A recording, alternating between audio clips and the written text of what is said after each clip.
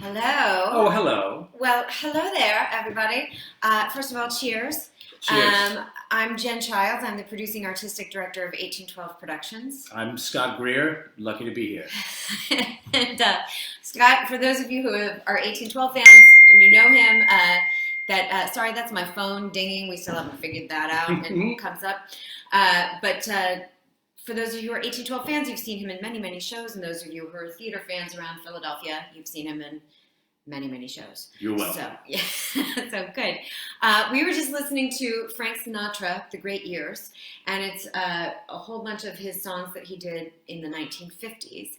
And why we were listening to that, we will find out in just a second. People were asking about your drink.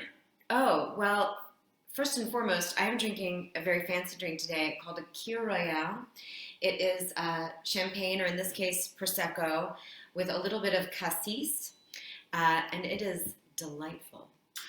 How about you, Scott? I'm drinking the boring drink that I had last week, which is a gin and tonic. And here's why: we can't buy any interesting ingredients. So I'm going to say that I'm drinking a drink that I made up, which is the Postman's Dilemma, which is gin, Cointreau, absinthe filtered through a homemade mask, shaken in a latex glove, and drunk through your mail slot. You're welcome. Cheers. Okay, well, welcome. Also, Scott, as always, is rocking his 1812 Productions t-shirt, available for sale on our website. And I am sporting another vintage tee, Bat Boy the Musical, which we did in the spring of 2003, which I remember mostly because I was pregnant. And every time Ben Dibble hit a high note, Lily would kick in my stomach. Still happens. It does. But it was also the same season rather, that we did the show that we're going to talk about tonight. That is the center of our comedy history exploration, Like Crazy Like Wow. And just to say that normally we would all be gathered in the theater, but because we can't be, we're inviting you here to our dining room table to talk about comedy with us. And tonight, like I said, we're going to be talking about Like Crazy Like Wow, which was one of the very early shows that we created, and it looked at 1950s nightclub comedy. And I'm a little obsessed with the 50s, I have to say. It was such an interesting time, and it was an amazing time for comedy. Vaudeville had just died, and radio had, was still going on, but television was just taking off. But most of the early television stars in the 50s were all vaudevillians. Groucho Marx had a show, and Burns and Allen had a show. Milton Berle had a show, Jack Benny, etc. Burns and Allen. Yeah. Burns and Allen, you said. Have another Postman's Dilemma. But so you have all of these people who are on TV kind of carrying forward this sort of old school comedy. And at that time, the vaudevillian style of comedy was really like set them up, knock them down, ba-dum-bum, jokes. And that's one of the things that we'll talk about tonight, is how the rhythm of comedy changed in the 1950s. But before we get to that, where it went, we want to start with where it started. One of the early vaudeville stars who made her way into television was Rosemary. And most people know her from the Dick Van Dyke Show. She was the one, she always had a little bow in her hair. But she started out as baby Rosemary on the vaudeville circuit when she was like 5 or 6, playing all these vaudeville circuits. In the 1950s, you could not only find her on television, but she also appeared in some of the sort of more Rat Pack clubs, right alongside of like Frank Sinatra. And she did what every woman did at the time, was she was a singing comedian. So she would sing a song, and in the middle, she would have a little comedy dialogue and then would sing again. And even though it was the 1950s, Rosemary's shtick was firmly rooted in vaudevillian time. So I'm just going to read just a little bit of that to hear what that rhythm sounded like. Okay. You know what I'm talking about? Dooley Duncan, the greatest hillbilly of them all. Compared to him, Buddy Epson is Cary Grant. Do you know that he came from so far back in the woods that his mother was a bear? And what a town he come from. Listen, the land was so poor that his grandfather had to use fertilizer to grow old. I can remember one summer his uncle had to be irrigated before he could sweat. I'll never forget the first time I saw him. He looked at me and he said, honey. See, he always sounded like he had a guitar string up his nose. He said, honey, if you were 10 years younger, I'd marry you. I was 18 at the time. So what could I do? I lied. I told him I was 8 years old. Well, with his shoes on, he couldn't count, so he proposed. But this I gotta tell you. Dooley never so much as touched me. He was so shy, and I can remember how we parted. I was in the house trying to figure out how to get him to kiss me, and he was way out back of the house slapping the hogs. Suddenly, he looked up and looked right at me, nostrils akimbo. Then lickety-splitty raced right toward the house. I figured this is it. He's going to kiss me. And there I was, lips akimbo. And he came right through the door, and I said, kiss me, Dooley. Don't be bashful. And he said, bashful, you sex maniac. The house is on fire. I guess it's, at this point, everyone needs to take out their snare drum. Yes. And practice the rim shot, which is integral. Yes, yeah. Integral to all of us. So you have Rosemary doing this kind of shtick, and she was one of many, many, many singing comedians and comics who were doing the same sort of thing. And of course, the gold standard for this kind of like ba-dum-bump, set him up, knock him down humor is Henny Youngman. So I'm going to take a drink, but snare drum at the ready. I've been in love with the same woman for 49 years. If my wife ever finds out, she'll kill me. I take my wife everywhere. She always finds a way back. Someone stole all my credit cards. I'm not going to report it, though. The thief spends less than my wife did. My wife will buy anything marked down. Last year, she bought an Escalator. I came home. The car was in the dining room. I said, my wife, how'd you get the car in there? She said, I took... Terrible. Well, you killed that one. Yeah. Do it again. One more time. All right. I came home, the car was in the dining room. I asked my wife, how'd you get the car in there? She said, easy, I took it left to the kitchen. Better when you read it. Yeah, it is good. So you've got Henny Youngman doing these set 'em up, knock 'em down. And, you know, many comedians through the 50s and still to this day do that. You know, it's a lot of my wife is so ugly, blah, blah, blah. She was so fat, blah, blah, blah. And Phyllis Diller actually, who came on during the 1950s, and we could, I should parenthetically say this. Everybody that we talk about today, we could do an entire show about them. There's so much happened during that time. Henny Youngman would be a one act, but well, it would be very short. But Phyllis Diller, who came up during the 50s, she learned from all these old school comics. So even though she was kind of one of the new comedians because she was a woman, she still had that same that same rhythm to her. And she talked about how to build a joke. And my favorite example is, you know, people ask me, why do I call my husband Fang? Well, what else would you call a guy who's got a tooth 2 inches long? I met him at a party. I thought it was a cigarette. I was so drunk I tried to light it. He was so drunk he tried to smoke it. And that sense of like, so here's the base thing, like, all right, he's got a fang, so it looks like this, and it looks like a cigarette, and then lighting it, and then it's smoking it. It's just fascinating.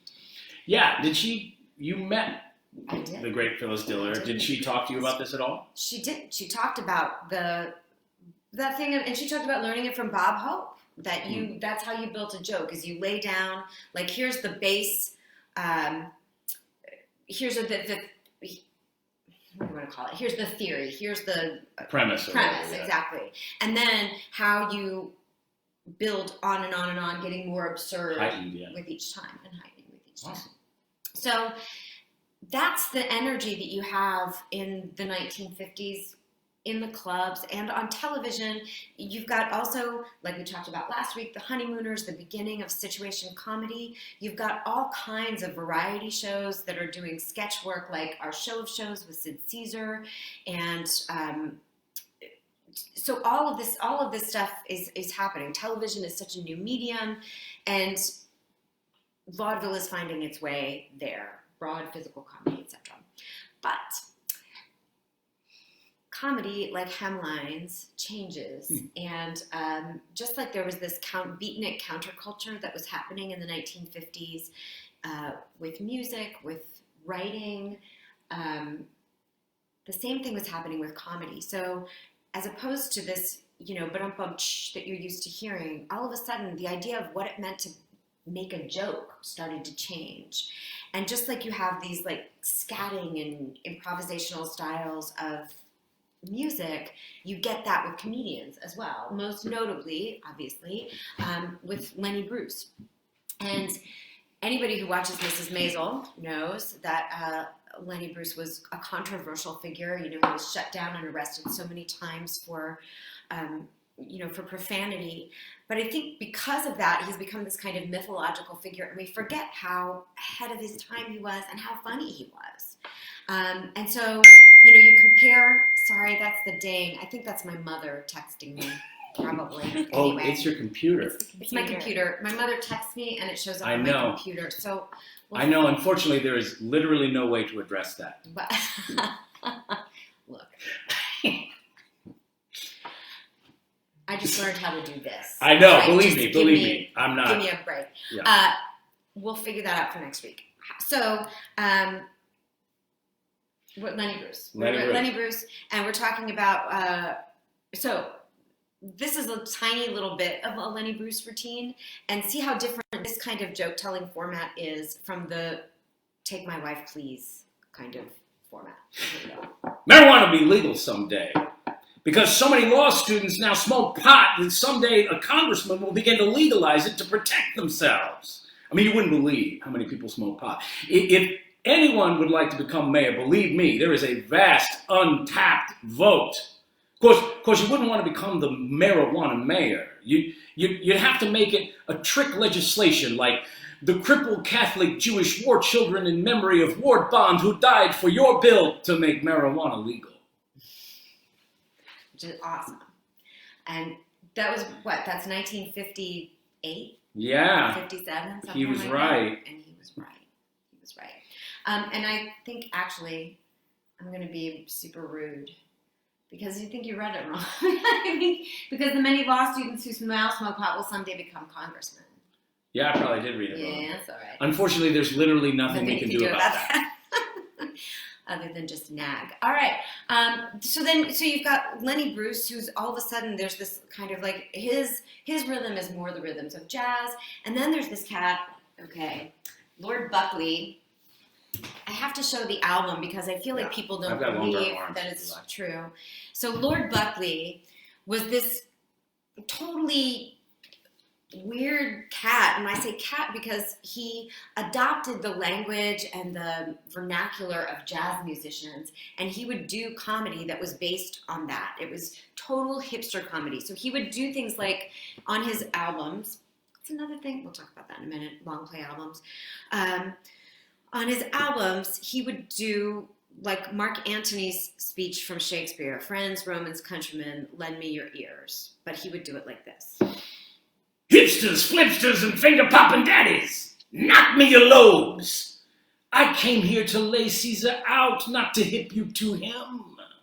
Or Hamlet, which sounded like this. To swing or not to swing, that is the hang-up.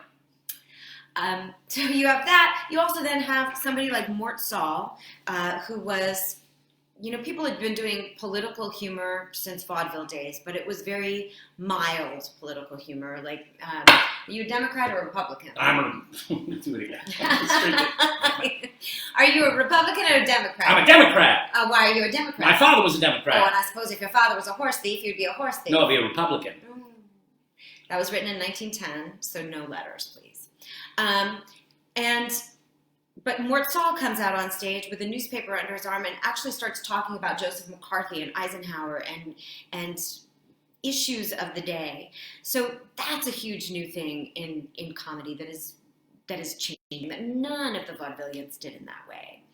And then you've got this brand new thing, and I'm actually going to read. This is from Like Crazy Like That. Wow, this is, I'm going to read it because it's clearer than I could ever really say it right now. So, it's the late 50s. In Chicago, a group of politically active friends were combining the smarts of, I got to talk about university comics before I read this. Oh. Here's another difference. So, all these vaudevillians, Rosemarie, George Burns, Groucho Marx, all these folks, these are people who grew up, most of them never made it to middle school. Most of them never had any kind of education. Their education was being on stage. A lot of them were immigrants who this was, the stage was a place where they could make money and they could do stuff. And all of a sudden in the 1950s, you start getting these real brainy comics. People like Bob Newhart, who was an accountant and an advertising writer. Tom Lehrer, who had a PhD in math and taught at Harvard, while like pressing albums and selling them out of the trunk of his car. And overseas, you've got people like Peter Cook and Dudley Moore coming out of Oxford and Cambridge. So all of a sudden, there are people who are doing comedy that's not based on, Waka Waka, take my wife, please. But, Tom Lehrer is writing songs about Werner von Braun. And, Bob Newhart is having comic phone conversations with Abe Lincoln. So that's all. The backdrop for this next piece of narration, which is more narration. All right. In Chicago, a group of politically active friends were combining the smarts of these university comics with the improvisational style of the beats and jazz heads to create something completely new. Paul Sills, the son of revolutionary theater teacher Viola Spolin, had been using his mother's improvisation exercises with theater friends from the University of Chicago to go a step beyond use in the classroom. In 1957, he formed the Compass Players, which was the first improvisational theater company. They used improv to create scenes that they would refine then into comic sketches or into full plays. But they would also take suggestions from the audience and make up scenes on the spot. Now, people had been improvising for years, since the days of Commedia dell'arte, but this was the first time that it was celebrated as a form. It was the first time people paid to see the process and not just the product. The Compass Players were only moderately successful, so in 1959, with a few cast and location changes, Sills reformed the company and named it Second City. It was an underground sensation and nurtured the comic skills of everyone from Jerry Stiller and Ann Mira to Joan Rivers. Two of the original Compass Players left before Second City was formed to put together their own material and see if they could make it in New York. Mike Nichols and Elaine May played the Blue Angel and any number of small nightclubs. They were an instant hit, and by 1960, they were on Broadway with An Evening with Nichols and May. So Mike Nichols and Elaine May ushered in this kind of new form of comedy, which really changed things. It wasn't sitcom. It was definitely nightclub, but it wasn't Take My Wife, Please. So was Stills the one that played to the top of your intelligence? Yes. Where did that ethos come from? Right. From Second City and Compass Players? Yep. Compass Players. Paul Sills, that was one of the things that he talked about, was you've got to play to the top of your intelligence. And Nichols and May did. I think this is my favorite Nichols and May sketch. It's called Mother and Son, and it takes place on the telephone. Hello? Hello, Arthur. This is your mother. Do you remember me? Mom, I was just going to call you. I had my hand on the phone. Isn't that funny? Arthur, you were supposed to call me last Friday. Mother, darling, I didn't have a second. I was so busy. Didn't have a second. Arthur, I sat by that phone all day Friday night, and all day Saturday, and all day Sunday. Your father said to me, Phyllis, eat something, you'll faint. I said, no, Harry, no. I don't want my mouth to be full when my son calls me. Mom.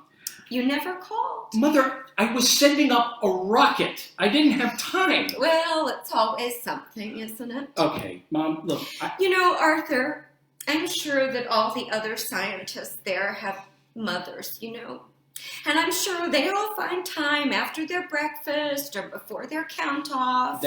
Before they send up their rockets to pick up the phone and call their mothers. Mom, hey, listen, now you have me on the phone. You know how I worry.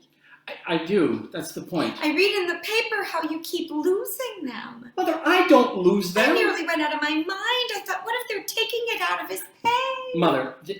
I mean, write me a letter. Is that so hard? Okay, Mother. Is it so hard? Mother. Is it so hard to write me a letter? Tell me how you are. Oh, tell me how you are. How are you? I'm sick. I'm really sorry to hear that. I really am. What's wrong? Nothing. Oh, you know what it is, honey. Yeah? It's the same thing it always is. Yeah, sure. Yeah. It's my nerves. Yeah. And I went to the doctor. Yeah. And he told me right out, he said, listen, Mrs. White. Yeah. Who are you fooling? Yeah. Sure. You are a very nervous, very high-strung woman. Oh, well, God knows that's true. Yeah. And you cannot stand the slightest aggravation. Yeah, sure. I said, doctor, I know that. Do you? Yeah. But you see, doctor, I have this son. And he's busy. And that's the truth. The boy is not lying. He is very busy. You see, doctor, he's too busy to pick up a phone and call his mother. Mother, Arthur, when I said that to him, that man turned pale. Dearest Mom. He said, Mrs. White, I have been a doctor for 35 years. And I have never heard of a son too busy to call his mother. Right. Mom, listen. That is just what he said to me, Arthur. I know, Mom. And that man is a doctor. Mother, please, will you just please tell me, what did the doctor say? What is he going to do with you? Well, I may be in the hospital for a while. So. The hospital? Yes, the hospital. Well, what are they going to do? Well, they'll x-ray my nerves. Mother, look, why didn't you just let me know? All you had to do was let me know. I didn't want to aggravate you. How could you aggravate? Forget it. It's nothing. Mother, please, just don't worry. Arthur, what does that mean? What does that mean, don't worry? Nothing, actually. It was the first thing that came to my head. It was a mistake. Arthur, listen to me. I'm a mother. Well, that's the thing. I know. I should have realized. What's the use of talking? I made a mistake. You're very young.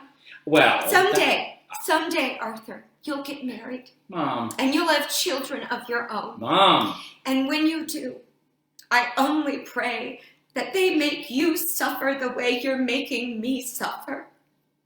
That's all I pray, Arthur.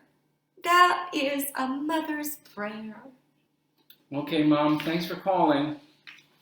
You're very sarcastic. Mother, I'm doing my best. You called me on the telephone now, and I'm trying to explain. All right, don't hate me. I'm sorry I bothered you, and look, I hope I didn't make you feel bad. Are you kidding? I feel awful. Oh, honey. If I could believe that, I'd be the happiest mother in the world. Scene. So weird. Without people. Okay. One of the great stories about Mike Nichols and Elaine May is that they hated each other when they first met. Elaine May actually did not go to college. They met at the University of Chicago, but she went to a couple of days of high school and didn't like it. So she dropped out of school when she was 14. But she started hanging out around the University of Chicago and kind of sitting in on classes and going to see things. And that's how she met Mike Nichols. And she said she saw him in a production of Miss Julie, and she laughed the whole way through it because it was so bad. And he talks about remembering seeing her in the audience, that there was this girl with a hateful look on her face, and he hated her because he was like, she looked like that because she knew it was, she thought it was bad. And he said, and I knew it was bad too. And then they met again through mutual friends and didn't like each other. But then she happened to be sitting on a bench, and he came and sat down next to her one day and asked if she had a light. And he said, do you have a light? And she responded, if you wish. And then they started this improvisation. He's like, you are Agent 39? Yes, if that is, And they improvised the scene together, and the rest, as they say, is history. Very cool. I think we have time for one more Nichols and May. Okay. One more Nichols and May. They have a whole bunch of albums. One of their most famous ones is, gosh, I'm not going to remember. It's about all doctors. It's all doctor sketches. Therapy was really big at the time. That was a really big thing that was happening in the end of the 50s. So that was a part of it. But this is, I don't know, this is my favorite Nichols and May doctor sketch. Scalpel. Scalpel. Gauze. Gauze. More gauze. More gauze. More gauze. More gauze. More gauze. More gauze. A little more gauze. We don't have any more gauze. That's all the gauze? Yeah, I don't know what happened. We had a small roll of gauze. Well, give me a sponge. Sponge. Clamp. You have the clamp. Suture. You have the suture. Edith. Yes. I love you. Please, please. Sponge. You have the sponge. Give me another sponge. I want 2 sponges. You have all the sponges. I have 2 sponges. We only have 2 sponges. It's terrible when we wrangle this way. We Why do you avoid me? have 2 sponges. Why do you avoid me in the hall? I do not avoid you in the halls. What? You do. You avoid me in the halls. You turn your back on me at the coffee I machine. didn't turn my back at the coffee machine. Deliberately turned your back. Excuse me, the oxygen is failing. Edith, don't change the subject. But it's failing. Well, turn it up. Why are you avoiding I me? am trying to... Is there somebody Is else? there something you'd like? Suture, sponge, something? Is there somebody else? I don't care to discuss it. It's now. Pinsky, isn't it? I don't care to talk about it. I saw you in the cafeteria with Pinsky. I just don't care to talk about Dr. Harris. Now, would you like anything else? If not, I'd like to go. Go? In the middle of an operation? I have nothing else to hand you. You've got it all in the patient. Edith, what have I done to hurt you this way? You haven't done anything. I just wish you wouldn't badger me. Badger you? I need time to think. I told you that before. I don't know you like this. You're cold. You're diffident. That's because you badger me. I haven't badgered you. You're only making me run away. Is it badgering to tell you that I love you? Is that badgering you? Please do not tell me over and over again in the cafeteria and in operations. Right. I'm sorry. Give me a needle. Needle. Thread. Would you like me to thread the needle? I don't even know what I'm doing. Yes, thread it, please. Catgut? Yes. Cheer up. Come on, I've got a little joke for you. Knock, knock. No. Come on, knock, knock. Who's there? Catgut. Catgut who? Catgut your tongue. Oh, come on. Edith, why are you torturing me? I'm not. I was just trying to cheer you up. There's only one way you could cheer me up, and that's to say yes. Please, Dr. Harris, not now. This is how you drive me away every time. All right, put your finger on this knot, please. All right, but don't do anything funny. I'm not doing anything funny. I am sewing up the patient. Now, will you, it's you who starts these things. All right. Oh, I love you so. Please let go of my finger. I knew you were going to do this. Please, no, don't pull it back. I do. I love you. I Let love go you. of my finger. Don't pull it back. You're pulling the sutures. Please, Dr. Harris, stop. Edith, it's Pinsky, isn't it? I don't want to talk about it. It's very important for me to know if it's Pinsky. Give me... The oxygen is failing again. Let it fail. I'm sick of this torture. Please, so, Dr. Harris, everyone is looking at you. I'm not going to finish this operation until you say yes. Dr. Harris, you're being impossible. I'm not going to finish this operation until you say yes, Edith. Dr. Harris, this patient will die. I've been tortured long enough. Yes or no? What's it going to be? This is absolute blackmail. I don't care. I don't care what lengths I go to anymore. It's all fair and, all of that. Dr. Harris, you're a doctor. A doctor, doesn't that mean anything to you? A surgeon. Yes, I'm a doctor, Edith, but I'm a man also. And I will not go on with this operation until you give me your answer. And it better be yes. I have no choice. Yes. All right, then. Clamp, darling. Yay! You can hear the thunderous applause. You can. So, another person who came out of the Compass Players was Shelley Berman. And I'm going to let you talk just a little bit about Shelley Berman, because most people know him now from... From Curb Your Enthusiasm. He played until his death. He played Larry David's father. Yeah, he was I remember when you applied for the rights to this, you emailed... I don't know if he had an agent or whatever, but he got back to you directly, and you showed me his email, and I'll never forget it. He said, you have the rights to do any of my material that you wish. My only stipulation is that the actor performing it treat the character with dignity and respect, and that I found really profound, that this was a nightclub act, he was a comedian, but it was about the character and it was about the humanity of the person, not just the jokes, which I thought was amazing. And Shelley Berman, I'm going to do a little more show and tell. You want to show that one? Sure. Shelley Berman, comedy albums were such a big thing during this era, and he was one of the. His comedy albums were huge. Inside Shelley Berman, Outside Shelley Berman, and he always felt like Nichols and May had each other to play off of. And as a solo act, he didn't. So he sort of perfected this, or launched the whole solo telephone conversation. Yeah, in fact, before his death, he was interviewed on WTF with Mark Maron, and he spoke bitterly about Bob Newhart, who saw him in a club and did a very different phone act. Bob Newhart's phone acts were genius, but they were sort of joke-driven and different than what Shelley Berman did. And at least as of, 8 or 10 years ago, whenever this interview was, Shelley Berman was not quite over that.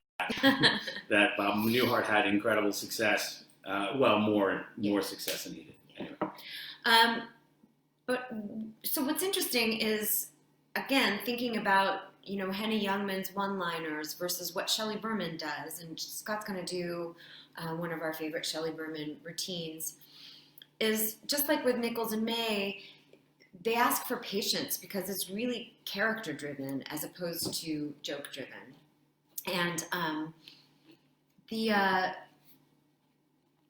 and I guess the last thing that I'll say is, you think about artists and comedians like John Leguizamo, like Lily Tomlin, her long-form things, Whoopi Goldberg's early, like the Spook Show that she did, Gilda Radner's, all these sort of long-form comic monologues that were characters. I feel like all of those comics owe Shelley Berman in that way, because he was the first one to kind of come. Well, he wasn't the first. We'll talk about that in vaudeville episode, but he was the first in the 50s to come out and do this. So this is going to be, I'm sorry, our producer, Lily Greer, has a comment. So I'm going to turn things over here to Scott to do this Shelley Berman act, and I'm going to go talk to our producer. All right. This is Shelley Berman. Hello? Hello, Shirley? Yeah, hi, it's me. Al. Vin. Alvin. It's me, Alvin. So how are you? It's good. Yeah, do you have breakfast already? That's good. No, I didn't. Well, I don't know. I just got out of bed, so I didn't have breakfast yet. So, I couldn't sleep, so I figured I'd stay in bed as long as possible until the last second. That's all. So I didn't have breakfast. But you had breakfast. That's nice. And hey, this is the first nice Sunday we've had in a whole month, and I'm going to be all groggy from not sleeping. Hey, listen, that was a nice wedding last night. Your sister was gorgeous, and your new brother-in-law, he's a lot of laughs. Yeah, he's a nice guy. And listen, Shirley, honest to God, you want to know the truth? Honest to God, you were the prettiest bridesmaid in the whole thing. I really mean that. And your gown and everything. And let's face it, I was handsomest usher. So, listen, so are you still mad at me from last night? For wearing white socks? Well, I figured it'd be more sanitary, Boy, I was tired when I got home. You wouldn't let me sit down all night. I had to stand up to hide my socks all night long. Listen, what are you doing this afternoon? Well, can I come over for a few minutes? Oh. Well, can you come out? I can't come over. And you can't come out. Oh. Well, no, I figured if I could come over or you could come out, Okay, well, I want to talk to you about something, that's all. Yeah, I think it's important. Yeah, well, I mean, it's not going to change the whole world or anything like that, but yeah, I think it's important. Well, it's about us. Us. You and me. You know what? Well, look, I've been dating you for the last 6 months, and the last few months, you know what I mean, Shirley? You know what I mean? You know, these last few months, it's gotten so, you know, you know? I mean, every time we're together, it just gets ichier, you know? So I figured, look, let's talk it out, you know, straighten out the situation. Well, I don't know. Well, all right, Shirley. All right. Last night, I was the crowning blow, okay? Now, I mean, you probably don't even believe it, but last night, okay. You remember when I took you home? And just before I kissed you on your porch, and you're standing there, and I was holding you, and I said, "You have a nice time?" And you said, "Yes, Alvin." And I said, "Do you like me?" And you said, "Yes, Alvin." And do you remember what you said right after that? "Good night, Leonard." You did. You called me Leonard.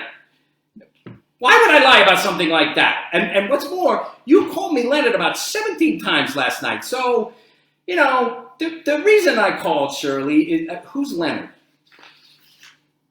Well, look, you can tell me. I'm not going to kill him or anything like that. But who's Leonard? Well, did you ever know a Leonard? Is anyone in your family named Leonard? Well, I mean, it seems crazy that a girl can go through her whole life and never know a Leonard, then she kisses Alvin and calls him Leonard, you know, so how come you call me Leonard? Oh, Shirley, please don't misunderstand me. I don't want to argue with you, but I just can't go along with that. What do you mean I look like Leonard?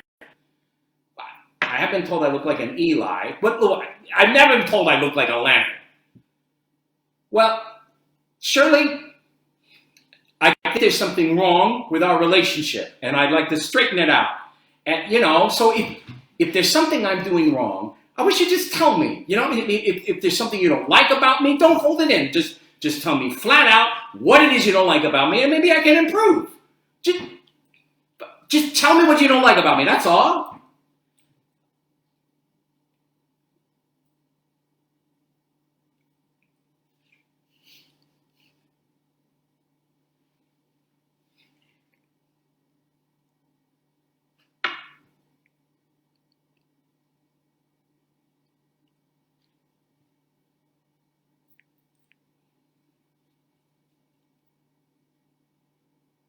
Oh, boy.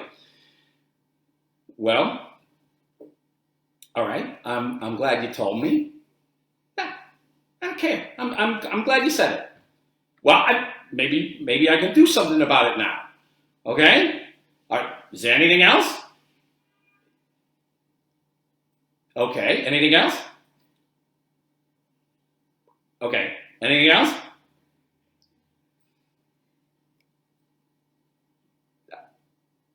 Anything else? Anything else? Hey, Shirley. Listen, please don't misunderstand, but have you got them written down or something, man? How can a guy have so many flaws and you remember them so well? What else? Oh, Shirley, I can't go along with you on that. Look, there's a lot of guys who breathe through their mouths, Shirley. I have a sinus, and at night it gets activated. Listen, you should hear me breathe during the day. I breathe like anything, Shirley. Well, I just think you're reaching for things now.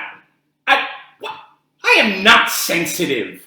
I'm not the least bit sensitive, Shirley. Look, it's just, you know, you can hurt a guy's feelings. In many little ways, you hurt a guy's feelings. Well, I don't have a list of everything, you know. Okay, all right. Remember Barbara's party? You were sitting on that leather chair, and I leaned over to hair, and you stood up all of a sudden. Shirley, you were the only one who laughed, you know. And everybody else pitched in and tried to stop my nosebleed, but you know, how would you feel? You know, you're in love with somebody, and they're laughing, and you're bleeding. I don't know. And another time. Do you remember when we went to that crazy coffee place? No, the crazy one. And we're having coffee, and we're holding hands, and you said my hand was sweaty. Well, that is one thing a guy can't fight is sweat. listen, don't misunderstand me, but when two people hold hands, can anyone ever really be sure whose hand is doing the sweating? I mean, I didn't say you were. I just said it could be either one. Well, Shirley, I just wanted to clear the air. That's all. You said you don't like what you don't like about me, so I told you what I don't like about you. Well, okay, so now the air is clear. We can start fresh. That's all. Okay. So listen.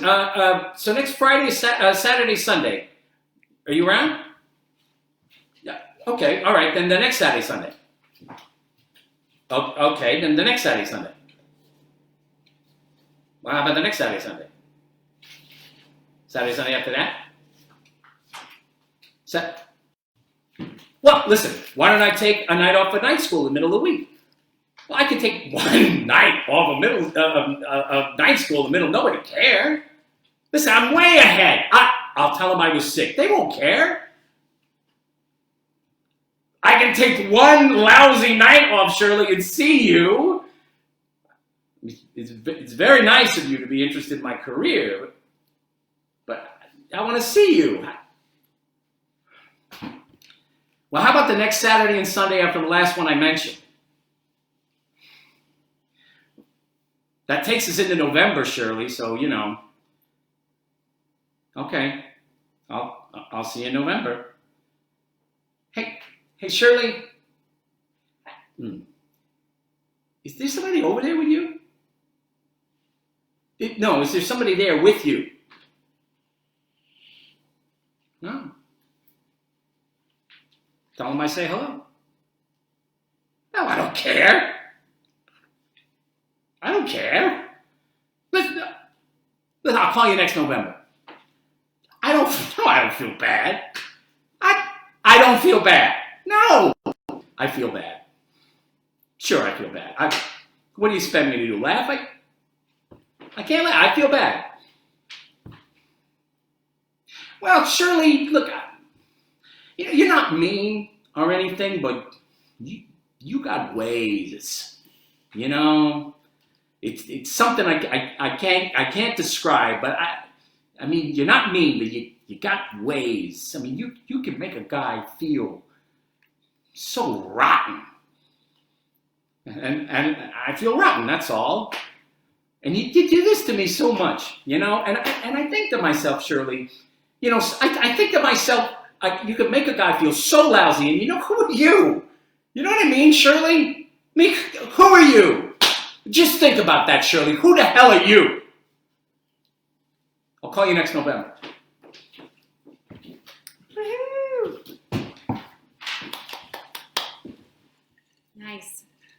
It's so, you know, it reminds me of a lot of the stuff that Gleason talked about, actually, is that there has to be pathos along with the comedy. And but I don't know, this has been our very, very short, brief 30-minute way of going like, this is how we went from ba-dum-bum to long form. Those are our neighbors screaming. Thin walls. So we're going to leave you with a song, actually, today. You can always kind of tell when a movement is over when people are making fun of it. And so the sort of hipster movement that happened and the kind of underground, I don't know if you can hear it. We can hear Lasso screaming for next door. They're going to have to explain why they're not watching. That's right. But so this last song is a song by Shel Silverstein, actually, who was incredibly prolific, not just most of us know him from The Giving Tree, Where the Sidewalk Ends, etc., but he also performed in some of these underground clubs during the late 50s and early 60s, and was a prolific songwriter, including, fun fact, he wrote A Boy Named Sue for Johnny Cash, and wrote dozens of... Everything Dr. Hook and the Medicine Show. A number of Loretta Lynn songs, etc. But this is his sort of... I'm sorry, before I did that, our producer had a fun fact for us. Oh. This is a fun fact from Amelia F. Her dad was at Harvard when Tom Lehrer was there as an undergrad, and every Friday, Lehrer was towed around campus with a piano and a cart while he sang his latest new song. That is awesome. So, for those of you on campus, thank you, Amelia F. And for those of us on campuses, us. Those of you on campuses now. Nobody's on the campus right now. That's true. Let's go back to Shel Silverstein. Anyway, this is a Shel Silverstein song that speaks about sort of the end of the 1950s era. So go ahead, baby. Well, for a long time now, I've been aware that, I'm alright, but, the world is square. So I want to tell you people, and you can take my tip, it does not pay to be hip. Now, just last week, I found myself in the red with no way to meet my overhead, and so I went to my buddy and asked him for some bread. This is what he said. He said, "You want white bread, rye bread, pumpernickel, whole wheat, cracked wheat, challah or bialik?" I said, "Later." He said, "You mean 3 or 4 o'clock?" I said, "Later." I said, "You mean Thursday or Friday?" I said, "Forget it." Well, I was feeling strung out, so I went to see the man. I knew he'd always have some stuff on hand. So I said, "Tell me, can you spare some pot?" He said, "You're welcome to anything I've got. And I've got brass pots, steel pots, cast iron, aluminum, Windex, Pyrex." I said, "Cool it." He said, "You mean put it in the refrigerator?" I said, "Cool it." He said, "You mean turn on the air conditioner?" I said, "Forget it." Well, I was feeling hung up, strung out, and brought down, because there was nobody here, the whole damn town. So I come up on this chick, and she was long and tall. And I asked her, would she like to ball? And she said, baseball, football, basketball, a volleyball, pinball, a handball. I said, "You're putting me on." She said, "On the train, on the plane, on the bus, on the sidewalk." I said, "I want to make it." She said, "Make what?" I said, "A scene." I said, "I want to make a scene." She said, "Shakespeare, Clifford Odets, Arthur Miller, Pirandello." I said, "Forget it." Then she said, "Well, you know what I'd like to do?" I said, "No, what?" She said, "I'd like to make love with you." And I said, "Well, go, baby, go." And she left. That is our That's it. episode. Do you have anything else, Producer Lily? No. No. So thank you for sitting around our dining room table with us. We're going to tune in next week, 6 o'clock on Thursday, for I Put on Pants for this. And we're going to talk about vaudeville next week. And we're leaving you after this. You can click on our Facebook page. There's a link to, we don't have any video from the original Crazy Like Wow because it was so long ago. But we do have something from 2011. It is a scene from our show called Our Show of Shows, which we wrote in honor of Sid Caesar and his show of shows. And it is not one of the newfangled 1950s comedy. It's much more old school, broad, physical humor. It's hilarious. And it's wonderful. It's I think one of my favorite things. 1812 It's up there. Yeah, it's up there with one of my favorite things I've ever done. Mine It's too. called The And I Falling- wasn't even in it. And he wasn't in it. It's called The Falling Sketch. Thanks so much for being with us. We'll see you next week. Bye. Bye.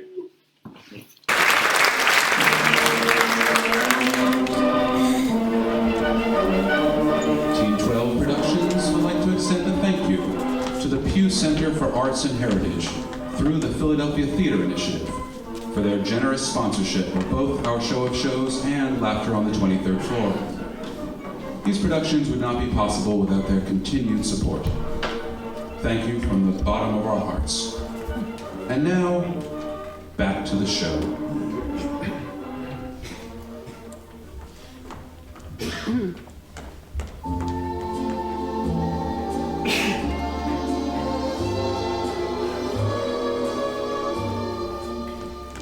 Doris, is dinner ready? Yes. Appetizers? Yes. Dessert? Everything is ready. How do I look? You look wonderful, Charles. So nervous. Oh, everything is going to be fine. It's so great the the boss trusted you to entertain the president of Mulvania. It's a big night for us, Doris. If everything goes well tonight, we can open that new branch in Mulvania, and I'll get that big promotion. Oh, I just wish I didn't have this headache. Well, take some aspirin. We gotta be at our best tonight. I already took 4 aspirin. Can you put the bottle away for me? Doris, this isn't aspirin. This is Valium. Oh! Stop that! What are you doing? Get it together, Doris. I'm fine, Charles. Are you sure? Yes, just get to the door. All right. Come on. It's a big night for us, Doris. I know it is, Charles. Now get the door. Pat! Car!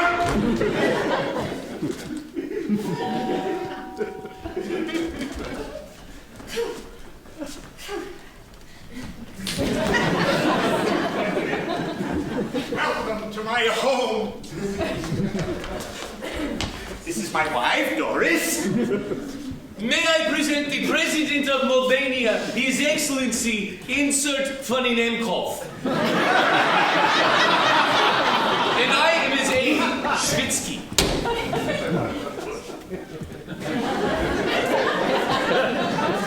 His Excellency would like to present to you Mulvanian Generation Plant. It is a very rare plant which blossoms once every 18 years, and it has a bud now which we have tended and carried all the way from Mulvania for to give as gift to you. Позиция сплещение Молбенский Плинский Блок. His Excellency says, may our friendship like plant blossom into thing of beauty.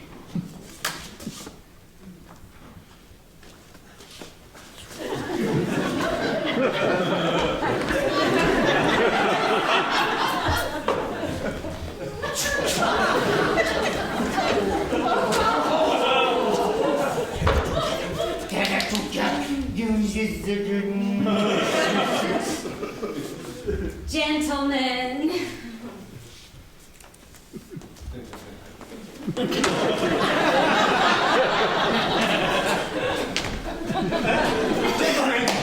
I'm so happy to see you. Is this your first visit to Brooklyn? Over there you can see just the corner of Prospect Park. Gentlemen, may I offer you some Mulvanian vodka? I'll get it. Your Excellency, it is such an honor to have you in my home. We have been waiting for this moment.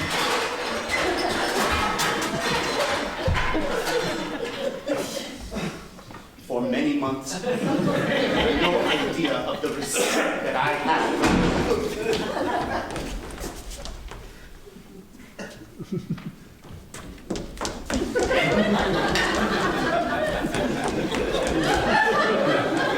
Gentlemen, let's have a toast. Полоцнён лет Саворский коньячок. Нет. Воротские шестуховые школотье. Да. Сгорброген на блины. Come on, bottoms up. Come on.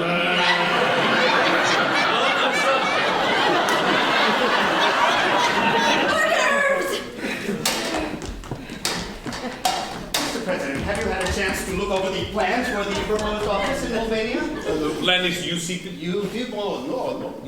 Please have a seat and I'll show you the blueprints. As you can see, the main entrance is here on Daroga Street. H. Daroga Street. Дорога, спортсмен. There are 7 offices on the first floor. Yes. The main office has a very small black It's Italian. You look very closely. Even closer. Closer than that. Oh, don't look up now, because you'll never find it again. And this is the most...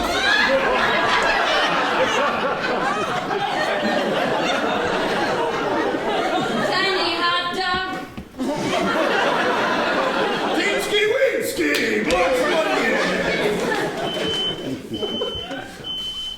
Doris, did you remember to take the croquettes out of the oven?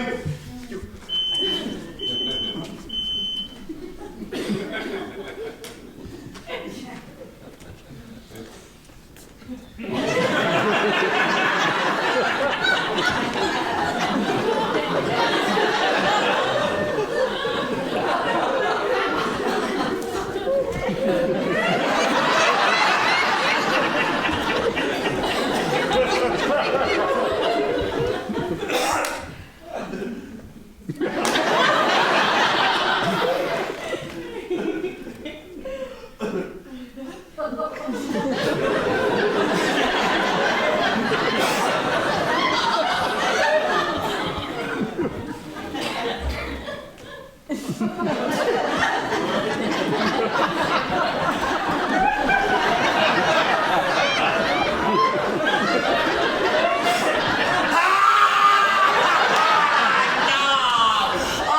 floor, just like summer camp. Gentlemen, shall we retire to the furniture?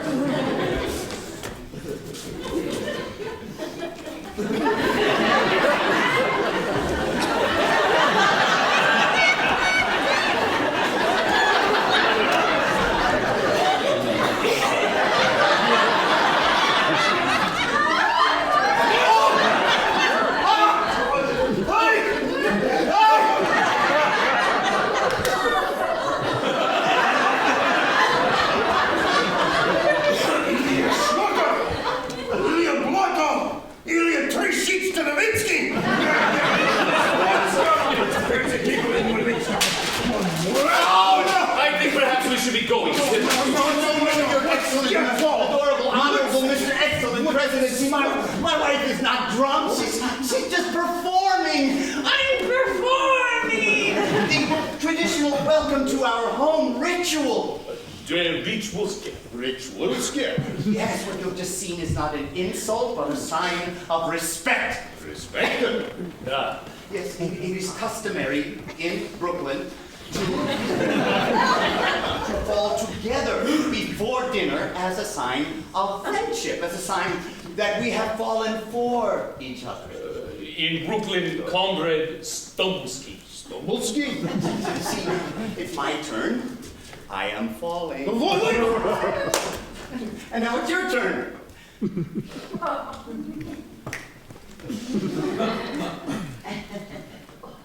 I am falling. Hey! And now you fall towards His Excellency. I am falling. Hey! And now it's your turn, Mr. President.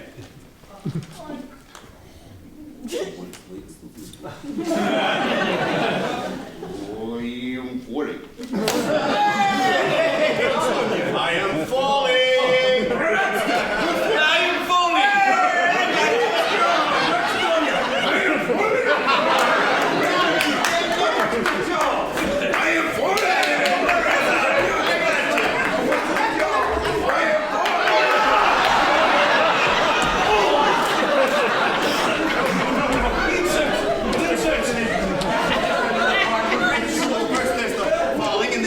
Part, and then there's the painful and embarrassing getting up part. It's just another part of the ritual. It's like the eating the plant part. They're eating the plant part! Там Бурбинский Брянский. Илья Монстяна Бурбинский Брянский. О, дитя Блинский, вот есть кипейный дедек. Вот сюда, вот сюда, Бурбинский Брянский. Вот слони, Бурбинский Брянский. Вот Бурбинский Брянский. Вот Бурбинский Брянский. Вот не вот слоя, Oh, please let me do that! Он вот слой, тот стягия, вот не опоnem. What's he say? What's he say? He says he has never met a more charming woman in his life. What? Вот слоня как сточный планский на лоте. All his life he has been hating Mulvaney generation plants. Планский веки. He thinks it's wanky. Он вот слоня подрастя, Your wife has made him very happy. Он вот стягом, он потом зап, военный